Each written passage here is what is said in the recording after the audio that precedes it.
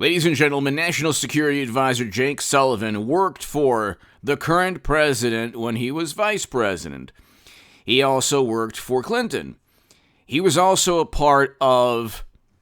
he's a part of the Durham probe special counsel, but he can also be linked to Hunter's current federal probe that is said to be expanding. So there's a lot of talk now about that investigation into his taxes that is said to be widespread because the emails that the New York Post obtained are being utilized. The emails that the New York Post, the story the New York Post broke, with emails from within Hunter's laptop that showed clear business arrangements where he was trading his name for lucrative deals. This is not rocket science. The Trump family never did this. They were rich, wealthy before they got into politics from Hollywood and real estate. And so they don't need to use politics or political connections in the manner that Tammany Hall back in the day and Democrats utilized today, and establishment never Trump Republicans.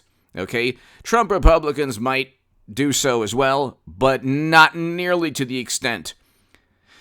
Nothing close to the corruption you see within the modern-day Tammany Hall within the Democratic Party. And so you don't have the equivalent here. The Durham probe just needs a link. So almost certainly it's expanded into the domain or the world of Hunter's taxes and his business arrangements. What took place is that Hunter utilized his family name, the fact that his father was vice president under President Obama's administration,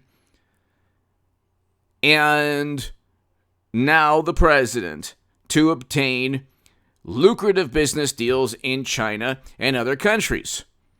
Okay, he worked for an oil and gas company in a country right now being invaded, and so we see what's taking place. Hit subscribe to this channel right now. This is a very, very important segment. The link is Jake Sullivan. So here you have trip to China with son in 2013 comes under scrutiny. NBC News, amid unproven Trump claims, the overseas trip is generating new attention over Hunter's business dealings. October 2nd, 2019. Money is going to the son, and the emails show that Hunter's giving 10% to his father, the big man.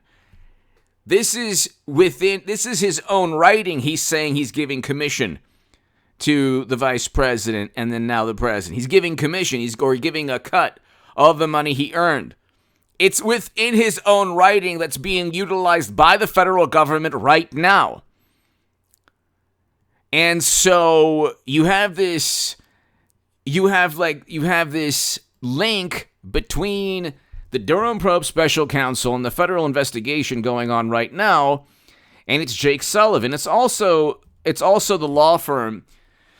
It could also be Michael Sussman, the indicted attorney that worked for the law firm that helped purchase the Steele dossier, along with another attorney that is named within Trump's lawsuit against 40-plus people and corporations.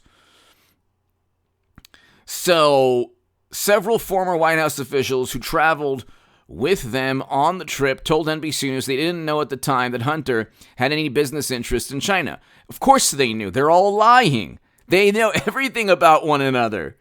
And they enrich themselves through their connections. Why do you think people in other countries do business with the vice president's son? Because he's an artist? They do business because his last name could perhaps win them or earn them some kind of favorable arrangements with the United States government. That's literally what it says in one of the emails. How can you utilize your influence on behalf of the company? What Trump Republicans or what former President Trump needs to do is simply allow the whole entire planet to see the emails that they have. The New York Post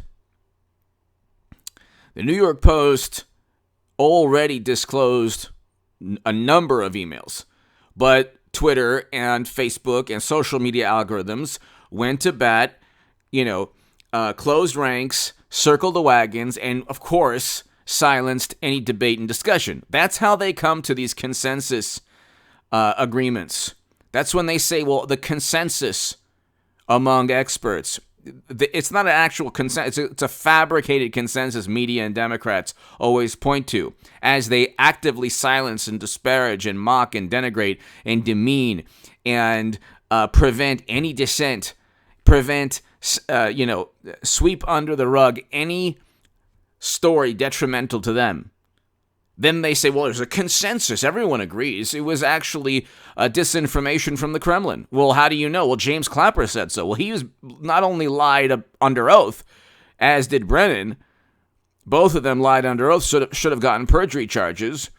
But they're always wrong. They were wrong about Hunter's emails being an example of disinformation. But here, it just wasn't something that was on our radar screen, said Jake Sullivan, who was Joe's national security advisor at the time. Hunter's presence didn't really factor into anything the vice president and team were thinking about from a policy or diplomacy perspective. Then why did he withhold $1 billion?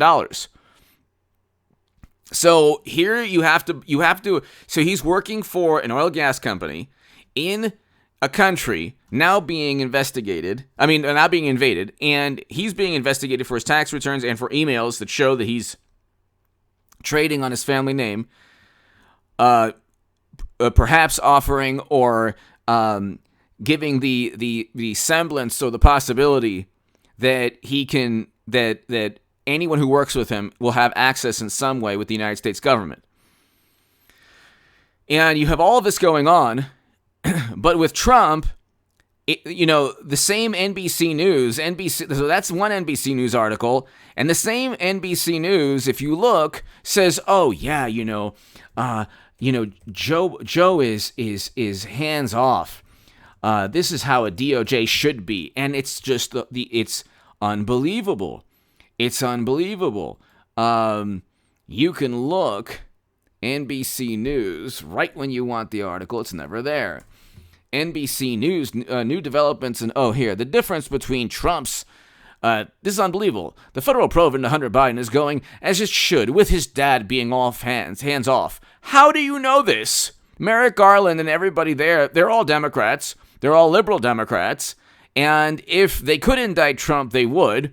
But they can't, so they won't. They don't have any evidence on Trump. Watch the segment prior to this one, where I pretend to be the wonderful, morally superior, apoplectic Democrat that you know in your life. President Biden's hands-off approach during the federal investigation into his son. What are you talking about? His hands off because, number one, almost certainly nothing's going to happen to Hunter during this investigation. Merrick Garland is almost certainly not going to indict Hunter, but if he does get indicted, it's very likely, to get the Durham probe off of any investigation into Hunter, which probably it's already expanded into. Or B, it's such a wide, sprawling, never-ending saga with Hunter and Joe and all of these business deals and all of these emails that they just want to indict and, just kind of indict and then he gets off. But see, that's going to be very difficult to do. I don't even think they probably won't even indict. Even I'm saying that, and I'm usually like, hey, wait a second. There's enough there to send the man to prison. You cannot go ahead and have business people saying, how can we use your influence on behalf of the company, and have your father, the vice president, force out a prosecutor, and then everyone says, well, that's what the U.S.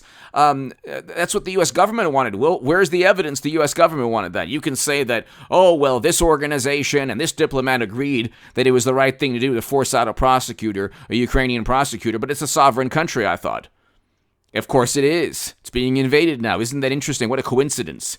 It's being invaded under Joe's watch when Hunter used to be on the board of directors of an oil and gas company. Just very bizarre. What a coincidence. I'm sure it has nothing to do with what, all those business deals or nothing at all. Actually, the main reason is the North Atlantic Treaty Organization. All mashed potato brains Biden had to do is simply negotiate some kind of deal between Putin and Zelensky, and none of that would have taken place.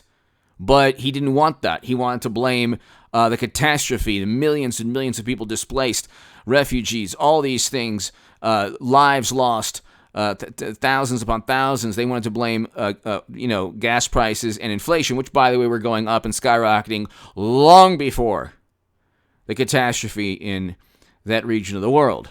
But here, you can read this, and it's just nauseating. Joe Biden and his administration are putting on a master's class in ethics. A master's class in ethics? Really? Twitter and every social media algorithm prevented discussion of this right before people went to the polls. How interesting. As the investigation heats up, Biden's hands-off approach versus Donald Trump's hands-everywhere approach, the DOJ, the FBI, and the Central Intelligence Agency were circulating documents literally purchased by Clinton and Trump's direct political rivals. So yeah, you could forgive Trump for maybe being boisterous and loud. It's like, we have the Durham probe special counsel now. There were people like Bruce and Nellie Orr literally handing the dossier that Clinton purchased to people and trying to spread and foment all of these lies and deceitful statements about Trump that fostered investigations. So, from his Russia, if you're listening, well, Clinton did the same thing with Maddow. So it literally means nothing. You can yell out, "Hey, this country, do this for me." Life doesn't work that way. You can't, if you say something like, pick a country and you want this from that country, that doesn't mean the country's listening or the leaders are listening, okay? Or that they're going to do anything for you. Remarks about finding Hillary Clinton's missing emails. Well, that's the thing. She deleted 33,000 emails. So it's interesting how every time they're caught in the act, it's like, well, look what Trump did. It's like, no, he's actually publicizing your corruption and you don't care about that. To his repeatedly asking Ukrainian President Volodymyr Zelensky to announce an investigation into Hunter in return for military aid, that didn't happen. President Zelensky stated that he was never pressured. That was refuted by the Ukrainian president himself. Literally refuted by Zelensky himself numerous times. And he never said, you're not going to get the aid if you don't do this. But he was impeached anyway. Trump has always shown his appetite for using investigations as political weapons. The opposite is true. Literally the opposite is true. All they've done is investigate Trump and utilize the United States government as a political tool and weapon against Donald Trump. That's literally the opposite is true. And he had Jeff Sessions, who recused himself. He didn't even have a DOJ. He literally didn't even have a DOJ. And then William Barr, the best thing he did was start the Durham probe special counsel. And so Mueller found nothing. None of the investigations found nothing. All they've done is investigate Trump. And all his direct political rivals have done is utilize the United States government, whether it's on the state level or federal level, to investigate Trump to no avail. They found nothing. So you see the difference in the NBC News. It's like, this is NBC. This is not even CNN or MSNBC or Washington Post or New York Times. Literally the exact opposite. Whether Trump likes it or not, the Hunter Biden investigation proceeding as it should, mostly in silence, because of the embarrassment that, if you read those emails or saw those pictures or saw those videos, it would be very embarrassing for the White House. So that's why it's silent. It's silent, and also leads back to Jake Sullivan and to the president. So that's why it's silent, not because there's an ethical masterclass. Give me a break. You should have a masterclass in what not to do pertaining to these types of investigations with Hunter, and what not to do when going after your political rival with Clinton purchasing a dossier with Trump. That's why you have 3 indictments already in Durham probe special counsel. Hit subscribe to this channel right now. I'll be back in about an hour.